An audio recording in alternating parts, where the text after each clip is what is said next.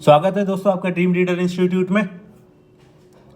तो आपको पता ही होगा, कहते हैं हम जो है मैथ की पीवाईक्यू सीरीज़ कर रहे हैं। जितने भी दिल्ली पुलिस के अंदर मैथ के क्वेश्चंस आए हैं हम उनको ख़त्म कर रहे हैं पहले, ठीक है। उसके बाद हम डिफरेंट एग्ज़ाम्स हुए उनको ख़त्म करेंगे। ऐसे करते करते जब तक दिल्ली पुलिस का एग्ज़ाम होगा लगभग हम कहते हैं 1000 के आसपास, 1000 नहीं तो कहते हैं 500 to 600 कहते हैं क्वेश्चंस कर चुके होंगे।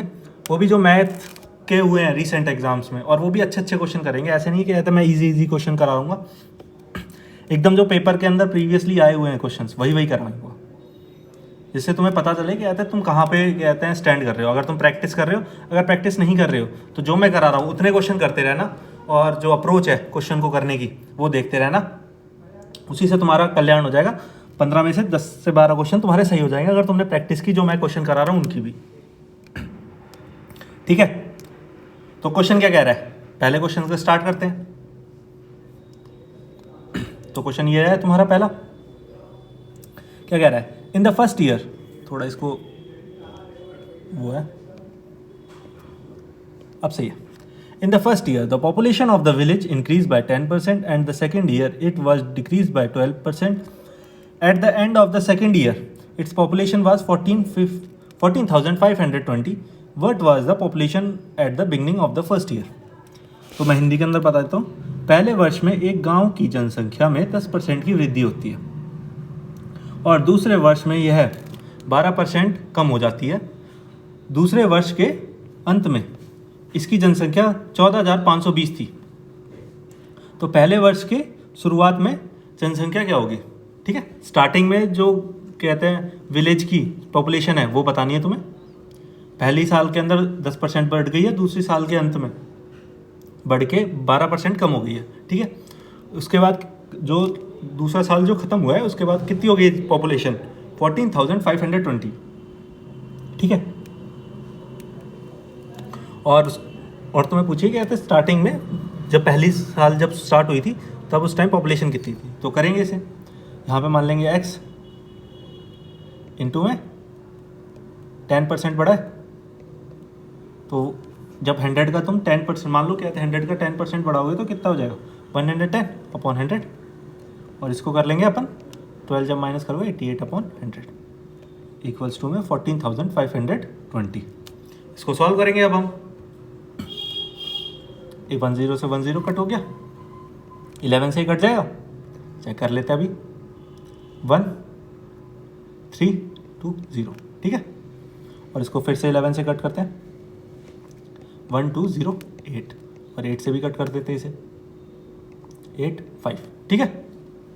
ठीक है कि नहीं है। और जब 15 को 3 0 बच गई, ये 2 और 1, जब इस साइड लेके जाएंगे तो तुम्हारा कितना हो जाएगा, 15,000, ठीक है। ये तुम्हारा आंसर हो गया, बी ऑप्शन, ठीक है। जिसको क्वेश्चन समझ में नहीं आया वो एक बार वीडियो को रिवाइंड करना, आराम से आ जाएगा। अगर इसको कहते हैं, मान लो एक दूसरा तरीका भी होता है, इस क्वेश्चन को अप्रोच करने के कई सारे तरीके होते हैं। इन क्वेश्चंस को स्पेशली एक तरीका नहीं, कई सारे तरीके होते हैं। मान लो कहते हैं तुम्हारा 100% है, 100% में जब तुम 10% इंक्रीज करोगे कितना हो गया, 1010। अब बोल रहा है कहते हैं इसका 88%, तो तुम निकालोगे 10 यहाँ लगा दो, 10 यहाँ लगाओगे तो यहाँ पे तो फ़र्क पड़ेगा नहीं। जब 11 को इंटू 8.8, ये किसके इक्वल है तुम्हारा, 4520 है, इसके इक्वल रख दे कोई, ठीक है। सेम जो यहाँ पे किया है ना वही चीज़ यहाँ कर रहे हैं, बस डिफरेंट क्या कहते हैं, जो अपन ने 100 लिया है ना वो नहीं ले रहे, ठीक। इसको सॉल्व करोगे तब भी तुम्हारा आंसर 15,000 आ जाएगा, ठीक है। अब चलते हैं नेक्स्ट क्वेश्चन की तरफ।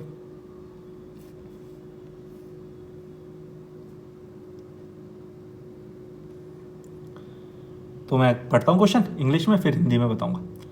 The compound interest on a certain some of for 2 years at the certain rate of interest is 1,996.80 rupees. If the interest is compounded annually and the simple interest on the same sum for the same time and at the same rate of the interest for rupees 1,920, the amount for rupees same sum interest compound annually at the same rate of interest for 3 years, ठीक है। English वाले हैं, इनको समझ में आ गया होगा, नहीं आया तो एक बार क्वेश्चन को रीड करना। वरना फिर मैं हिंदी के अंदर एक्सप्लेन करूँगा, हिंदी के अंदर पढ़ने के बाद मैं एक्सप्लेन करूँगा। ब्याज की एक निश्चित दर पर 2 वर्ष के लिए एक निश्चित धनराशि पर चक्रवर्ती ब्याज 1996.80 रुपये है। यदि ब्याज वार्षिक रूप से संयोजित किया जाता है और समान समय और समान ब्याज की दर पर समान धनराशि पर साधारण ब्याज 1920 रुपये है, उसकी धनराशि पर समान ब्याज की दर पर वार्षिक रूप से संयोजित 3 वर्ष के लिए मिश्रित धन क्या होगा, ये पूछा है तुमसे। ठीक है, तो अब मैं बताता हूँ तुम्हें। अब क्वेश्चन क्या कह रहा है, क्वेश्चन क्या कह रहा है तुम्हारा, क्वेश्चन कह रहा है, कहते हैं एक सर्टेन समय एक धनराशि है और एक निश्चित ब्याज दर पे उसे उधार दिया गया है 2 साल के लिए। जब उसकी चक्रवर्ती ब्याज कंपाउंड इंटरेस्ट संयोजित की जाती है, कैलकुलेट की जाती है, तो उसे क्या कहते हैं, कितने रुपए प्राप्त होते हैं, 1996.80 रुपये। और वही धनराशि, वही अमाउंट, वही सम ऑफ अमाउंट प्रिंसिपल, यानी कि जब सेम रेट ऑफ इंटरेस्ट और सेम ईयर्स के लिए दी जाती है, तो जो सिंपल इंटरेस्ट बनती है वो 1920 बनती है। ठीक है, अब तुमसे कहा जाता है कि वही जो प्रिंसिपल है वो कहता है सेम रेट ऑफ इंटरेस्ट पे कंपाउंड इंटरेस्ट करना है 3 साल के लिए। ठीक है, क्वेश्चन समझ में आया? अगर नहीं आया तो एक बार जो मैंने बोला है उसको रिवाइंड करके फिर से सुनना। तो क्वेश्चन को करेंगे अपन। अब तुमसे कह रहा है क्या है, 2 साल का कंपाउंड इंटरेस्ट कितना है, 1996.8। ठीक है, 80 है, उसको 0 को कोई बात नहीं लिखोगे तो ठीक है, फिर भी कोई बात नहीं, एज्यूम ही करते हैं कि उस वहाँ पे 0 होगा। अब 2 साल का कहते हैं, यहाँ पे लिख देते हैं CI और यहाँ लिख देते हैं ऐसे ही। ठीक है, अब 2 साल का कितना दे रखा है, 1920। अब इसमें से इसे माइनस करोगे तो कितना आ जाएगा तुम्हारा, 76.8। ठीक है, यही आएगा ना। अब तुम्हें पता है कहते हैं CI और SI का डिफरेंस हो गया ये एक तरीके से। अब कहते हैं ये 2 साल का है, हम 1 साल का निकाल लेंगे 120, क्योंकि जो SI होता है वो हर साल बराबर लगता है। जब इसको 2 से मल्टीप्लाई करो, 2 से डिवाइड करोगे तो कितना आ जाएगा, 2 9 18, 2 6 12, 960 रुपये। अब तुम्हें पता है जिसने कंपाउंड इंटरेस्ट निकाला है उसे पता होता है, कहते हैं मान लो कहते हैं तुम्हारा कंपाउंड इंटरेस्ट मान लो 15% है, और जब तुम 2 साल का मान लो यहाँ पे 10 ले लेते हैं, मान लो 10 है तुम्हारा 2 साल का, 1 साल का है 10 और 2 साल का कितना हो जाएगा 20%, ये तुम्हारा ऐसा ही हो गया। अब 10% का CI निकालोगे तुम 2 साल का तो तुम्हारा कितना आएगा, वो तुम्हारा 21% आएगा। जब इसमें से इसे माइनस करोगे एक, वो एक क्या है, तुम्हारा डिफरेंस है। ठीक है, अब तुम्हें पता होगा कहते हैं मान लो 10 का जब तुम 10% निकालोगे तो कितना आ जाएगा 1। ठीक है, वही तो तुम्हारा ऐसा ही होता है। सेम केस में क्या करेंगे हम, ये चीज़ समझ में आ गई होगी, अगर नहीं आई तो एक बार फिर से इसे सुनना, आराम से आ जाएगी। अब तुम्हें पता है कहते हैं 9000 का ये होगा, वो उसी रेट ऑफ इंटरेस्ट का निकलेगा। जैसे कहते हैं मान लो सेकंड 21 आ रहा था ना कहते हैं SI, और CI आ रहा था तुम्हारा, ये आ रहा था तुम्हारा CI कंपाउंड इंटरेस्ट 21, और SI आ रहा था तुम्हारा कितना 20 आ रहा था 2 साल का, और ये 2 साल का कहता है 21 आ रहा था। अब तुम्हें पता था जब तुम 10 का 10% निकालोगे 1 आता है। ठीक है, ये इसी में तो ऐड हुआ है 1। इस फॉर्मूले को जब तुम ड्राइव करोगे x प्लस है ये बीच में, ठीक है, x इंटू एक्स अपॉन में 100, ऐसा ही करके तो तुम ऐसा ही निकालते हो 2 साल का। कुछ लोग ऐसे होते हैं कहते हैं मान लो ट्री फॉर्मेट का यूज़ करते हैं, 10% यहाँ लिखा 10% यहाँ लिखा, और जब इसका 10% निकालोगे तो 10 का 10% निकालोगे तो 1 आ जाता है। इन सबको जोड़ देते हो वो तुम्हारे 2 साल का CI हो जाता है, कंपाउंड इंटरेस्ट। ठीक है, अब तुम्हें समझ में आ गया होगा इस 10 का कहते हैं क्या निकालते हैं, इस 10 का 10% निकालते हैं। उसी तरीके से अगर ये चीज़ तुम्हें समझ में आ गई है तो अब क्वेश्चन में कुछ नहीं बचा है, अब अपन आराम से कर लेंगे। ठीक है, अब तुम्हें पता होगा क्या कहते हैं 960 का एक कितना % होगा, इसको कैलकुलेट कर लेंगे अपन। 76.8 इंटू में 100 डिवाइड बाई 960। ठीक है, जब इसे तुम कट करोगे तो कितनी टाइम जाएगा, ये तुम्हारा जाएगा 968 जा कितना होता है 48, 8 से कट करके देखें, 96 को 8 से कट करते हैं, 8 4 8 9 72 और 76। ठीक है, ये तुम्हारा 8 टाइम्स चला गया। पॉइंट डेसिमल है तो ये 0 भी चला जाएगा, तो 8% रेट ऑफ इंटरेस्ट आ गया तुम्हारा, 8% पे देना है। ठीक है, अब मान लो क्या कहता है जो तुम CI निकालते हो सिंपल इंटरेस्ट, मान लो ये तुम्हारा 1 साल का है, ये 8% के बराबर होगा कि नहीं होगा? मान लो क्या कहते हैं 100 का जब तुम 10% निकालोगे तो कितना होगा? 10। ठीक है, अब यहीं से तुम्हें क्या कहते हैं यूँ कह दिया जाए 10% है 1 साल की ब्याज। अब तुमसे यूँ कहा जाए क्या कहते हैं प्रिंसिपल निकालना है। अब तुम्हें पता है क्या कहते हैं आर जो है तुम्हारी वो 10% है। ठीक है, अब तुमसे प्रिंसिपल कहा जाता है, तुम इसके 10 के इक्वल रख दोगे, इंटू में 100 कर दोगे, तो 100 आ गया तुम्हारा प्रिंसिपल। वही तुमसे पूछा है। अब सेम केस में भी इसमें भी यही करेंगे। जैसे कितना हो गया 960 दे रखा है तुम्हें।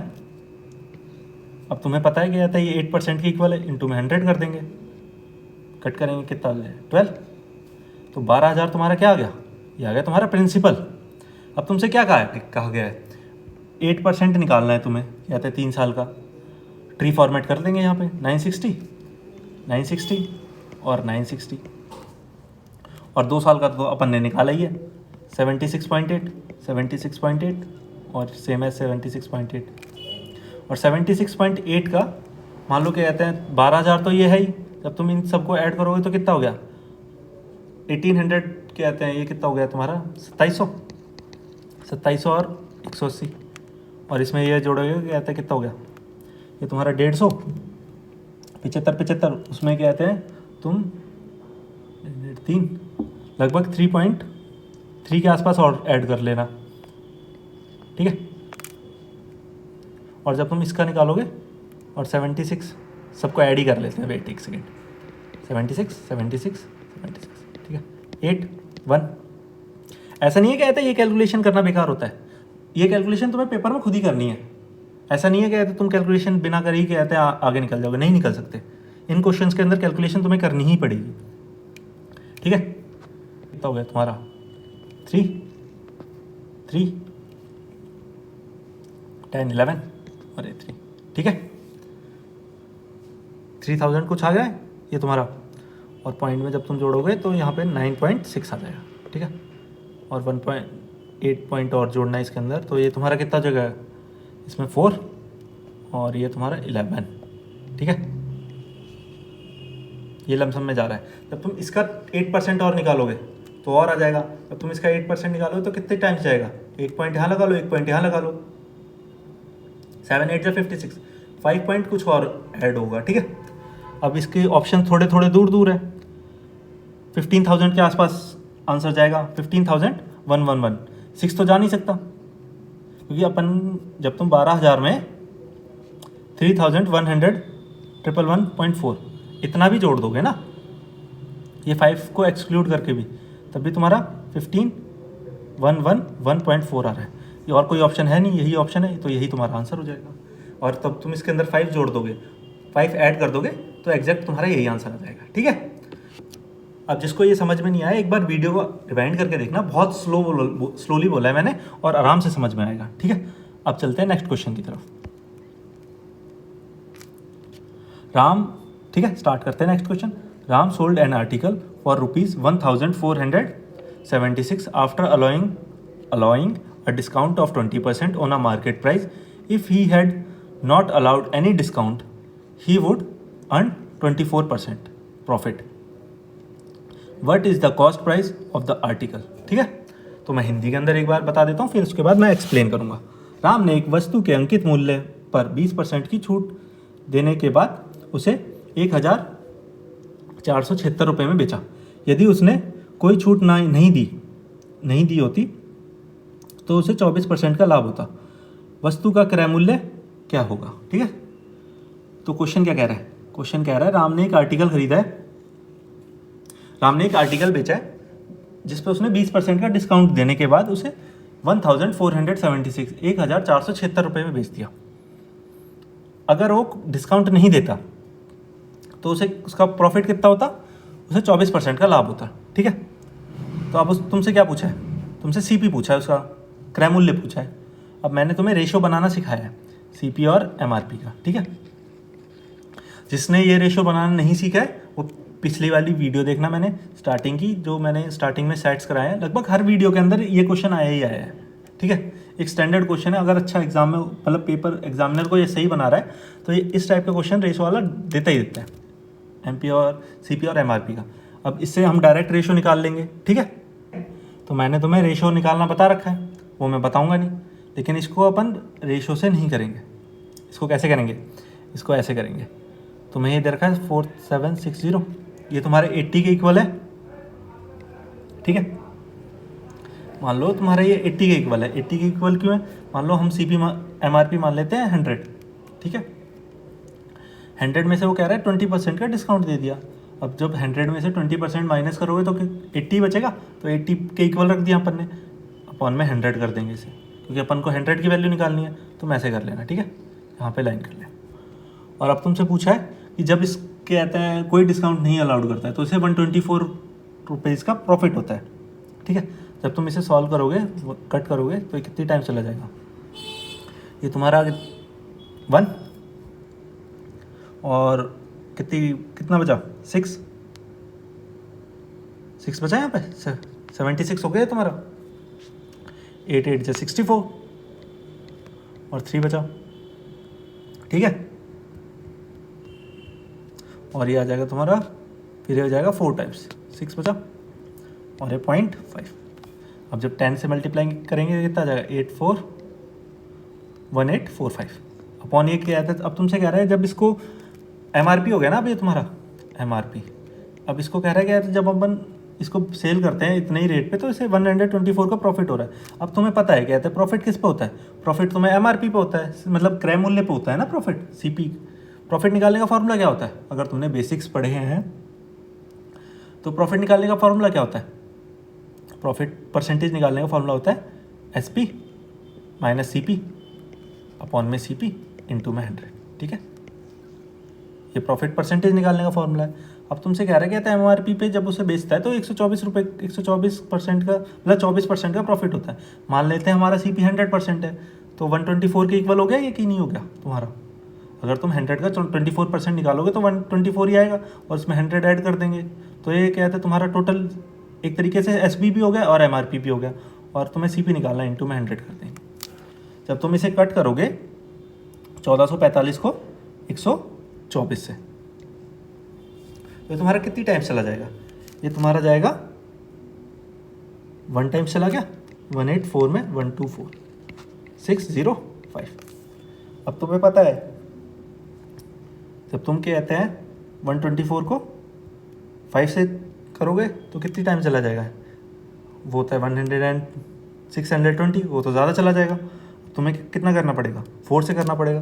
तुम 4 से करोगे तो कितना जाएगा, ये जाएगा तुम्हारा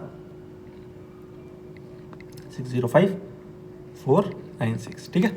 तो 14 पॉइंट कुछ जाएगा, यहाँ पे 100 है तो 1400 के लमसम आंसर होगा, तो अपन यही मार्क कर देंगे 14 के आसपास। पूरी कैलकुलेशन करने की कोई ज़रूरत नहीं होती है। अगर कहते हैं कि ऑप्शन सारे डिफरेंट है, यहाँ पे 1500 है, यहाँ 1100 है, यहाँ 1600 है, यहाँ 1400 है, ठीक है, 1400 है, तो 1400 जब हम इसको कट करेंगे तो 14 के आसपास वो जाएगी वैल्यू। अब 100 से माइनस डिवाइड कर इंटू करेंगे तो 0 0 लग जाएगा, और अगर तुम पूरा डिवाइड करके जाओगे तो एग्जैक्ट यही तुम्हारा आंसर हो जाएगा, ठीक है।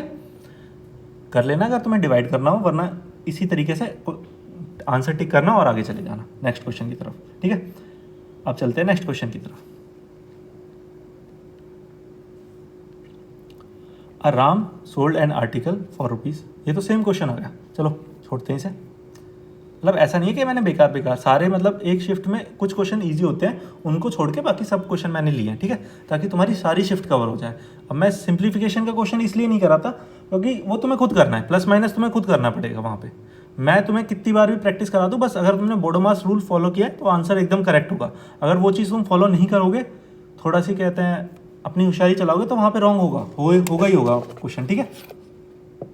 होशियारी ना चला के सीधे सीधे क्वेश्चन को करना अच्छी तरीके से, तो आराम से हो जाएगा, ठीक है। अभी ये क्वेश्चन करते हैं।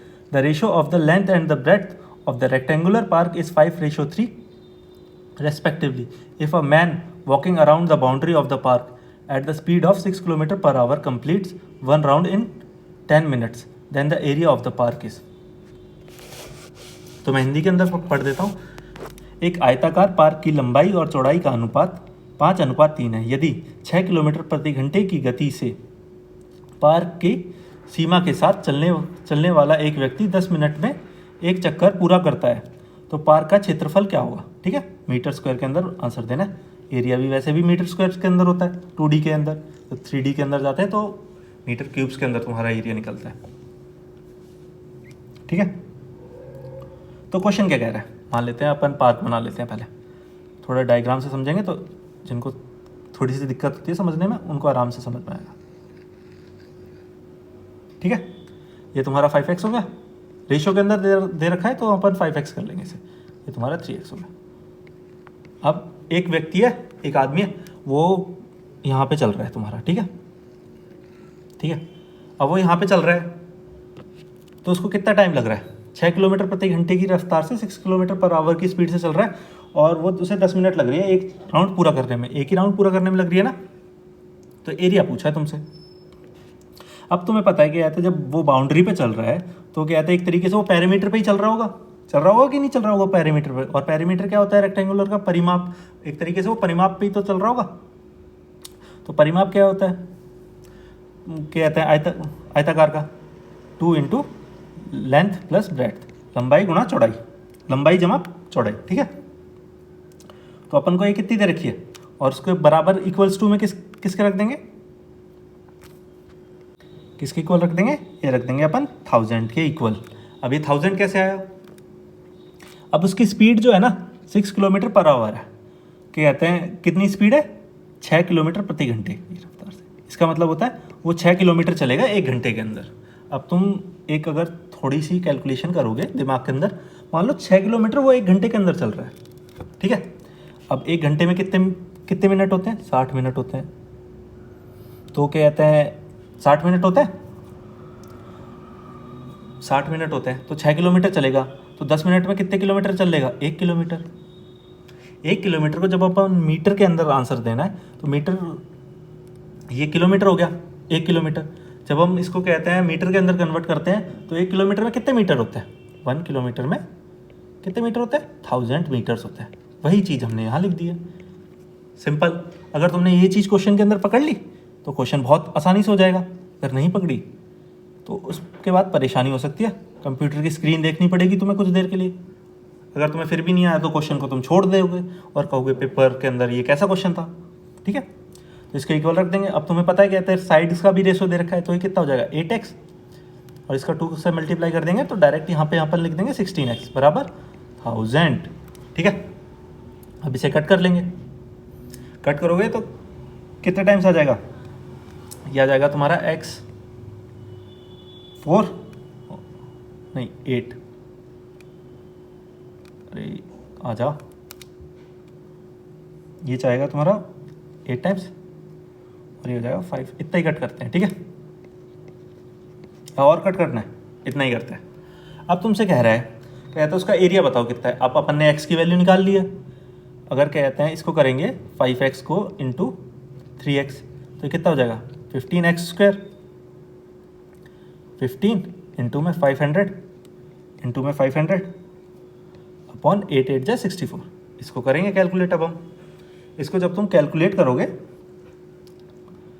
तो 5 5 जा 25 और 25 इंटू 15, जब इन सबको तुम कट कर दोगे तो ये तुम्हारा लगभग कितना आंसर चला जाएगा, ये तुम्हारा आंसर चला जाएगा 58593। इसकी कैलकुलेशन करके देखना, इतना ही आंसर आएगा। ठीक है, तो ऑप्शन कौन सा हो गया तुम्हारा, ऑप्शन देखो कितना क्लोज है, इसलिए पूरी कैलकुलेशन करना। ठीक है, तो ये आंसर हो गया तुम्हारा बी। ठीक है, ये कैलकुलेशन तुम्हें खुद ही करनी है, अभी मैं करा दूंगा उसमें कोई बात नहीं है, और सिंपल कैलकुलेशन है, ऐसा नहीं है कहते हैं। मान लो इसको कहते हैं, जब तुम इसको ऐसे ही लिख लेना 64 से थोड़ा सा अगर तुम्हें डर लग रहा हो 8 इंटू 8 लिख लेना, इसको 2 से कट करना, आराम से निकल जाएगा, बस तुम्हें मल्टीप्लाई करना लास्ट में। ठीक है, अब चलते हैं नेक्स्ट क्वेश्चन की तरफ, क्योंकि है ना क्वेश्चन को ये चीज़ समझना जरूरी है, 1000 क्यों लिखा है अपन ने। ठीक है, अगर ये चीज़ तुमने कैच कर ली तो क्वेश्चन बहुत ईजिली हो जाएगा, और ऐसा नहीं कहते मुश्किल है, बहुत ईजी अगर तुमने प्रैक्टिस किया तो। अब चलते हैं नेक्स्ट क्वेश्चन की तरफ।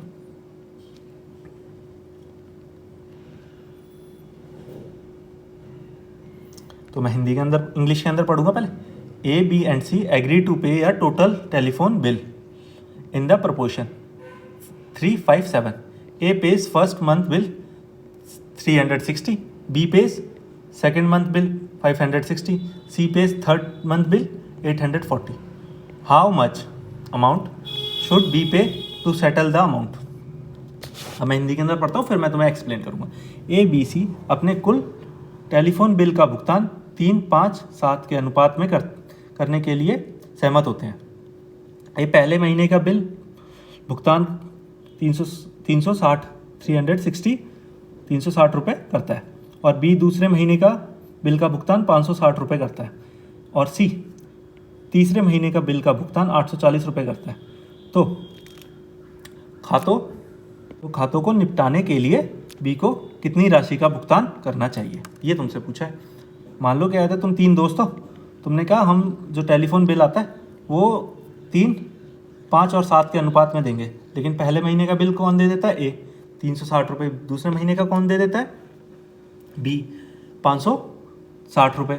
और C दे देता है थर्ड मंथ का बिल, तीसरे महीने का 840 रुपये। अब क्या कहते हैं, इसमें देखा होगा, कहते हैं 3 और 5 और 7, इसके अंदर क्या हो रहा है?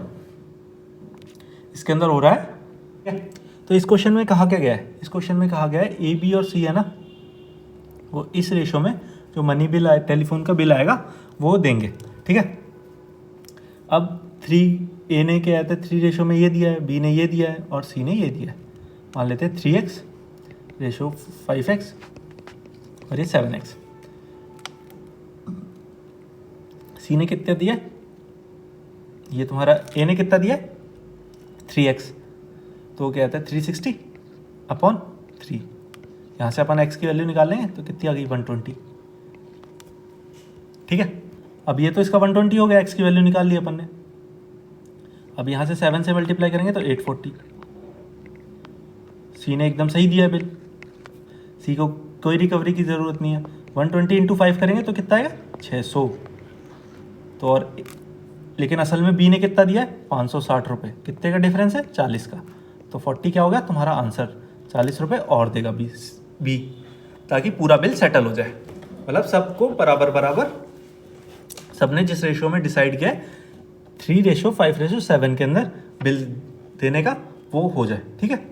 ये क्वेश्चन के अंदर पूछा था तुमसे। जिसको समझ में नहीं आया एक बार वीडियो को रिवाइंड करना और फिर से देखना, समझ में आ जाएगा, ठीक है। अब चलते हैं अपन नेक्स्ट क्वेश्चन की तरफ।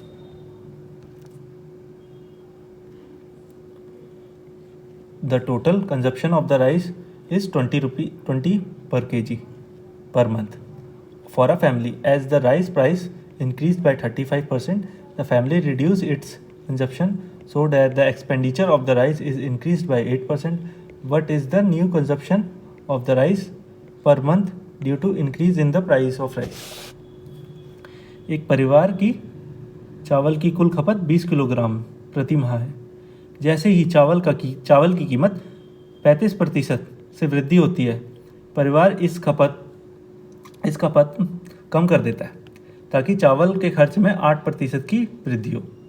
तो चावल की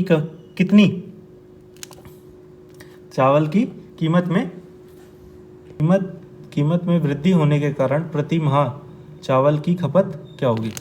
मान लो क्या कहते हैं, तुम्हारे घर में 20 किलो चावल खाए जाते हैं, मान लेते हैं। इतने चावल शायद साउथ इंडिया वगैरह में खाए जाते हैं, नॉर्थ इंडिया में शायद नहीं खाए जाते इतने।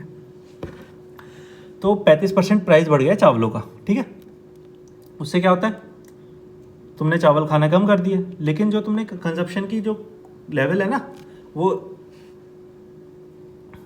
20 किलो खाते थे तुम, अपन पूरा कहते जो एक फैमिली है 20 किलो चावल खाते थे। अब 35% प्राइस बढ़ गए, लेकिन एक्सपेंडिचर क्या है अपन ने कितना बढ़ाया है? 8%। यानी कि कहीं ना कहीं हमें खपत के अंदर कमी करनी पड़ेगी ना।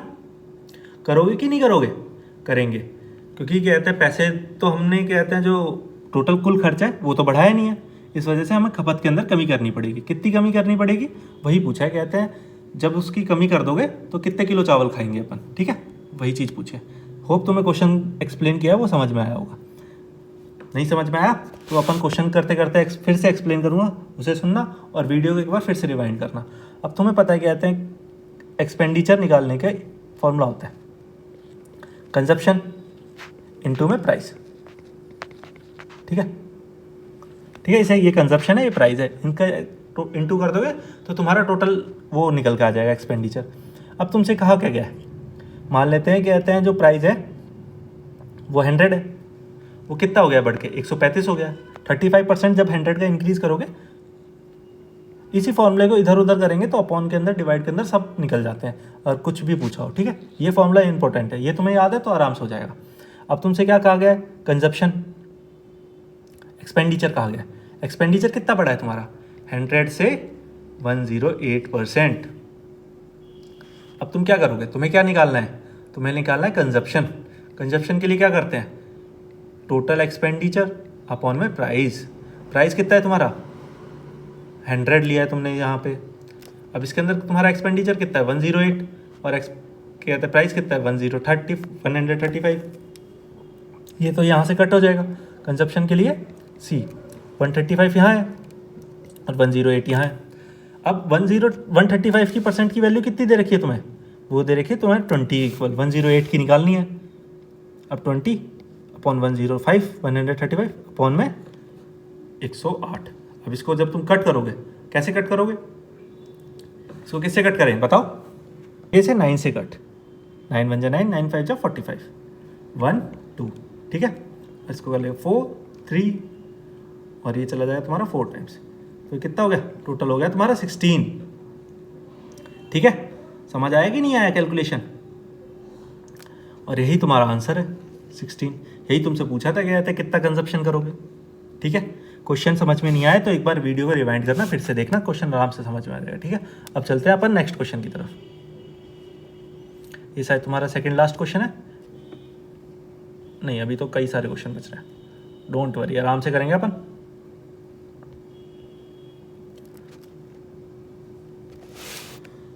The distance between the two places A and B is 190 kilometre.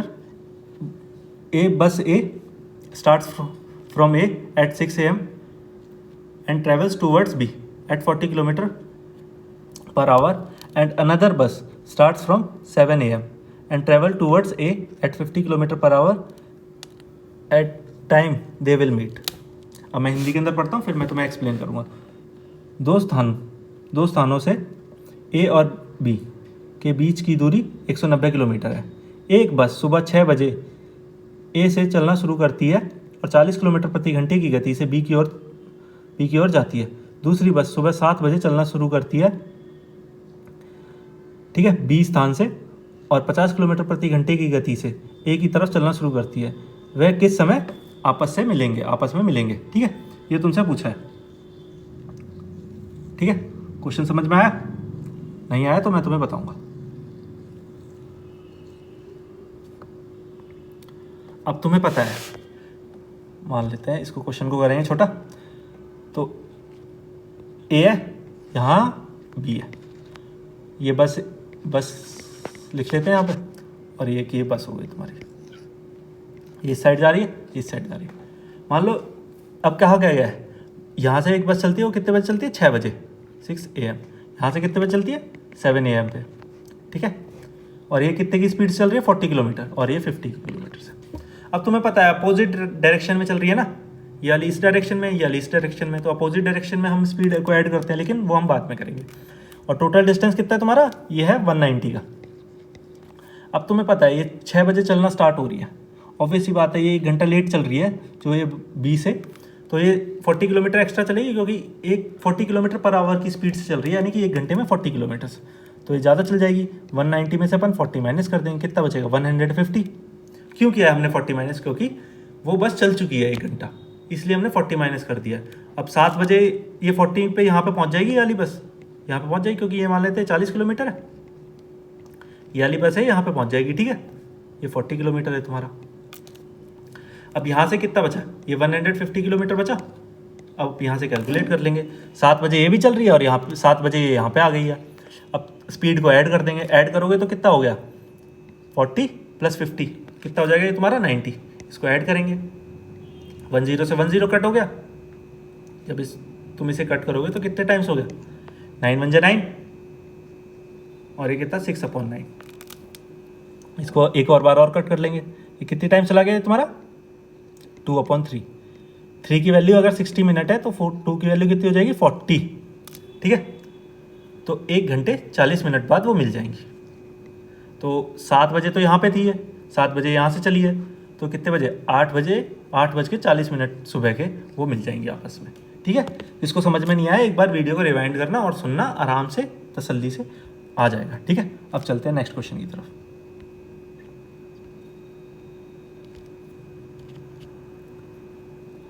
मैं पढ़ता हूँ। A fruit seller had some apples, he sold 30% of the apples and still has 245 apples left with him. The number of the apple he had with him initially. ये पूछा है, बहुत easy question हल हुआ आज का, मतलब सबसे बेकार क्वेश्चन कह सकते हैं, ईजी क्वेश्चन। एक फल विक्रेता के पास कुछ सेब थे, वह 30% सेब बेचता है और अभी भी उसके पास 345 सेब बचते हैं। ठीक है, तो ज्ञात कीजिए प्रारंभ में उसके पास कितने सेब थे। मतलब कुछ क्वेश्चन तो पेपर के अंदर बहुत इजी भी आएंगे, ऐसा नहीं है कि तो सारे क्वेश्चन हार्ड आएंगे जो तुम चुटकी बजाते ही कर दोगे। अब तुमसे कहा क्या गया है, तुमसे कहा गया है कि एक फल विक्रेता है, उसके पास क्या था, कुछ सेब थे, हमें नहीं पता कितने सेब थे। ठीक है, लेकिन उसने क्या किया तो उसने 30% बेच दिए। अब तुम मान लेते हैं उसके पास 100% एप्पल थे, उसमें से उसने 30% बेच दिए, तो कितने बचे उसके पास, अपने पास बचे 70% सेब। अब उसके पास बचे कितने अपन में, असल में 245, वो अपन 70 के इक्वल रखेंगे कि नहीं रखेंगे, और 100% से अपन मल्टीप्लाई कर देंगे क्योंकि अपन को टोटल निकालने हैं। 10 से 10 कट हो गया कि नहीं हो गया। अरे ये मिस्टेक कर दी अपन ने, यहाँ पे 45 है यार, तुमने बताया भी नहीं। 7 3 जा, ठीक है, और ये 5 टाइम चला गया, तो कितने से बच गए। जब इसको 10 से मल्टीप्लाई करोगे तुम तो 350 एप्पल्स। ओके, ये तुम्हारा आंसर है। बहुत इजी क्वेश्चन है। ठीक है, अब चलते हैं नेक्स्ट क्वेश्चन की तरफ। तो क्वेश्चन क्या कह रहा है, the difference between 2 digit number and the number obtained by interchanging the digit is 54। ठीक है, what is the difference between the sum and the difference of the digits of the number are in the ratio 3:1। तो मैं हिंदी के अंदर पढ़ देता हूँ question को, उसके बाद अपन करना स्टार्ट करेंगे। दो अंकों की संख्या और अंकों को उलटकर प्राप्त की गई संख्या के बीच का अंतर 54 है। यदि संख्या के अंकों का अनुपात 3:1 है तो संख्या के अंकों का योग और अंतर के बीच का अंतर क्या होगा। क्वेश्चन समझ में आया। ये कुछ नहीं है, क्या कहते हैं स्टेटमेंट वाले क्वेश्चन तुम्हें घुमाते हैं। ठीक है, क्वेश्चन को करेंगे छोटा। क्वेश्चन ये कह रहा है, क्या कहते हैं तुम्हें एक संख्या दी गई है 2 अंकों की, ठीक है, उसको एक तो उलट कर लिखा जाता है, जब उन दोनों का डिफरेंस करते हैं तो तुम्हारा 54 आता है। ठीक है, और यदि उन दोनों संख्याओं का अनुपात भी दे रखा है तुम्हें। अब क्वेश्चन क्या कह रहा है, क्वेश्चन ये कह रहा है उनके अंकों का योग और जो मान लो 2 डिजिट की संख्या है ना, 2 अंकों की संख्या है, उन दोनों का अंतर, जैसे कहते हैं 76 कोई वैल्यू है 2 अंकों की, 76 हो गया। ये कह रहा है, क्या कहते हैं क्वेश्चन ये कह रहा है अब इन दोनों को ऐड करोगे तो कितना हो जाएगा, 13 हो गया। अब इन दोनों का डिफरेंस करोगे तो कितना हो गया, ये हो गया तुम्हारा 2 1, 7 में से 6 के 1। ठीक है, अब जो ये आया है 13 और 1, इन दोनों का डिफरेंस पूछा है तुमसे। ठीक है, कितना हुआ 12। असल में 12 है नहीं, क्या कहते हैं मैं तुम्हें एग्जाम्पल दे रहा हूँ। ठीक है, ये चीज़ कही गई है क्वेश्चन के अंदर। होप तुम्हें क्वेश्चन समझ में आया होगा। क्वेश्चन समझ में नहीं आया तो मैं करता जाऊँगा, उसके बाद तुम खुद करना। ठीक है, मान लो 2 अंकों की संख्या है, ये मान लेते हैं x प्लस 10y। अब इसको माइनस का साइन है, अब इसको इंटरचेंज करेंगे, यहाँ पे 10x हो गया प्लस y, कितना दे रखा है तुम्हें 54।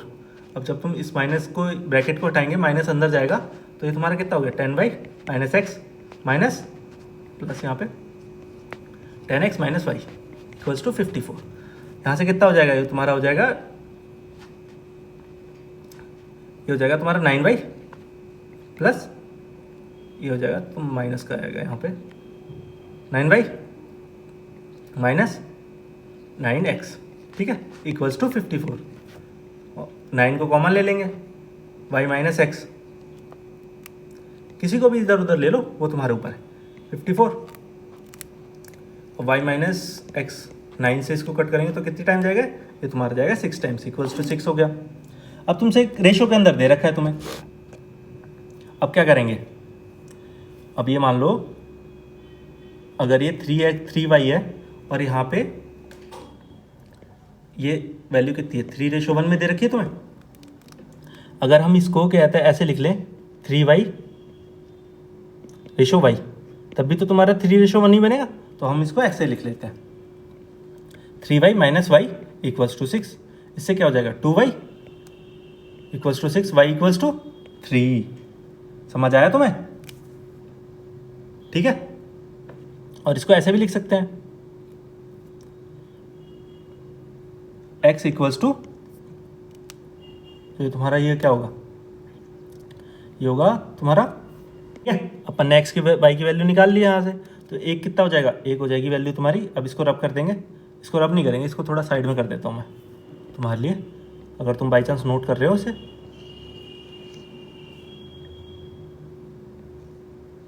अरे यार वेट, ठीक है।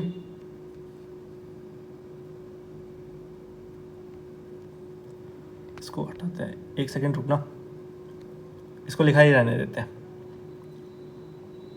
तो अपन यहाँ पे स्पेस बना देता हूँ मैं अलग से, उसके अंदर लिखा देता हूँ, ठीक है। एक तुम्हारी वैल्यू क्या हो जाएगी, एक तुम्हारी वैल्यू हो जाएगी 9, क्योंकि y की वैल्यू x आ गई है। एक वैल्यू हो जाएगी तुम्हारी 6, 3, ठीक है। अब तुमसे क्या गया है, इनकी डिजिट करोगे, जब तुम सम करोगे तो कितना हो जाएगा तुम्हारा, ये तुम्हारा हो जाएगा 12। अब इन दोनों का डिफरेंस कितना होगा 6, और इन दोनों के बीच का डिफरेंस कितना होगा 6। यही तुमसे पूछा है, सी तुम्हारा आंसर हो जाएगा, ठीक है। बहुत इजी क्वेश्चन है, ऐसा नहीं है कि तो बहुत हार्ड है। जब भी इसको पेपर के अंदर करोगे बहुत इजीली हो जाएगा तुमसे, ठीक है। अब चलते हैं नेक्स्ट क्वेश्चन की तरफ।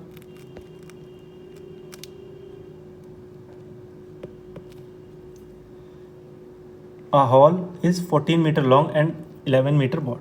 If the sum of the area of the floor and the ceiling is equals to the area of the 4 walls, the volume of the hall is। एक हॉल 14 मीटर लंबा 11 मीटर चौड़ा है। यदि फर्श और छत का क्षेत्रफल का योग चार दीवारों के क्षेत्रफल के योग के बराबर है, तो हॉल का वो बताना है तुम्हें, परिणाम बताना है, वॉल्यूम बताना है, परिमाप, ठीक है।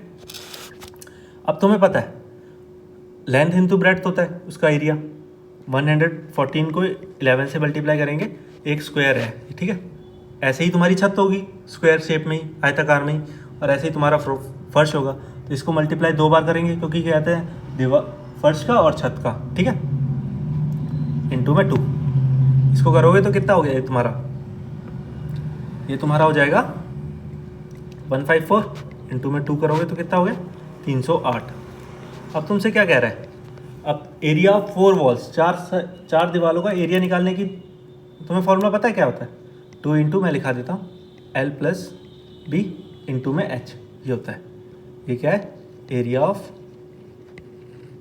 4 वॉल्स, ठीक है। अब यहाँ पे पुट करेंगे अपन 2 इंटू 11 + 14 25 हो गया।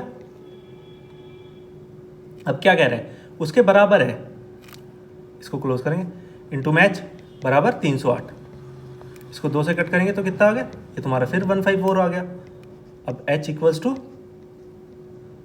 154/25। और तुम्हें पता है क्या कहते हैं, वॉल्यूम निकालने का फॉर्मूला क्या होता है, आयतन निकालने का, length into breadth into height. Length पता है अपन को 14 है, हाइट ब्रेड्थ भी पता है 11 है, तो 154/25 इसको निकाल लेंगे। जब तुम इसे सॉल्व करोगे तो कितना आ जाएगा, मैं तुम्हें डायरेक्ट आंसर बता देता हूँ, 948.64। ये तुम्हारा आंसर हो जाएगा। इसका ऑप्शन है बी। इस कैलकुलेशन को तुम खुद सॉल्व करना, ठीक है। कोई इसको जब तुम 25 से कट करोगे तो ये तुम्हारा कितने टाइम्स जाएगा, 6 पॉइंट कुछ टाइम्स चला जाएगा, 46.1। इतना ही लिख लेना, इसके बाद इसको तुम मल्टीप्लाई करना, आराम से हो जाएगा, ठीक है। अब चलते हैं नेक्स्ट क्वेश्चन की तरफ। लो क्वेश्चन भी खत्म हो गए होप तुम्हें सारे क्वेश्चन समझ में आए होंगे। अगर समझ में नहीं आए तो वीडियो को रिवाइंड करके देखना, ऑनलाइन में यही फ़ायदा होता है, जितनी चाहो उतनी बार रिवाइंड करके देख सकते हो तुम, ठीक है। देखो अगर तुम्हें मैथ में क्या आता है अच्छे स्कोर करना है तो तुम्हें प्रैक्टिस करनी पड़ेगी, जितनी प्रैक्टिस करोगे उतना अच्छा रहेगा तुम्हारे लिए, उतने ही अच्छे तुम्हारे मार्क्स आएंगे। होप अगर क्या है तुमने काफ़ी अच्छी प्रैक्टिस करी तो 15 आउट ऑफ 15 भी आ सकते हैं। और रीजनिंग के अंदर अगर तुमने क्या था 23 नंबर भी स्कोर कर लिए तो 15 और 23 कितना होता है 38 मार्क्स, 40 में से बहुत अच्छा स्कोर है। और यही तुमने क्या कहते हैं कंप्यूटर के अंदर 8 मार्क्स स्कोर कर लिया तो सोने पे सुहागा है। मतलब तुम बहुत भीड़ों से, मतलब पेपर का अगर मैथ का स्टैंडर्ड अच्छा रहता है और रीजनिंग का, तो फिर अगर तुमने इतना स्कोर कर रहे हो तो बहुत अच्छी बात है। 46 मार्क्स हो गए तुम्हारे, समझ रहे हो। अगर कुछ भी नहीं तुम पढ़ के जाते हो मैथ जीके के अंदर 25 भी स्कोर कर लेते हो फिर, तो ये तुम्हारा स्कोर कितना हो गया, ये तुम्हारा 71 मार्क्स स्कोर हो गया। एक एवरेज स्टूडेंट के लिए जिसकी जीके बहुत कम है वो आधे क्वेश्चन तो यार सही आराम से कर लोगे 50 में से, ठीक है।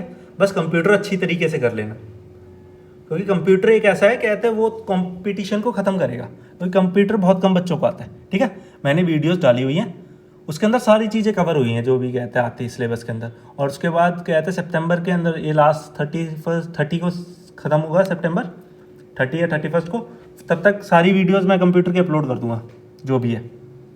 2-3 चीज़ें बची हैं, मेमोरी बची है, कहते हैं टाइप्स ऑफ मेमोरी, और कहते हैं टाइप ऑफ ब्रॉडबैंड्स बचे हैं, और आईपी एड्रेस का कुछ सेक्शन बचा है, बस उसके बाद ख़त्म है। उसके बाद अपन प्रैक्टिस करेंगे दबा के, ठीक है। कंप्यूटर की सारे क्वेश्चंस जितने भी डिफरेंट एग्जाम में आए सारे ख़त्म कर लेंगे।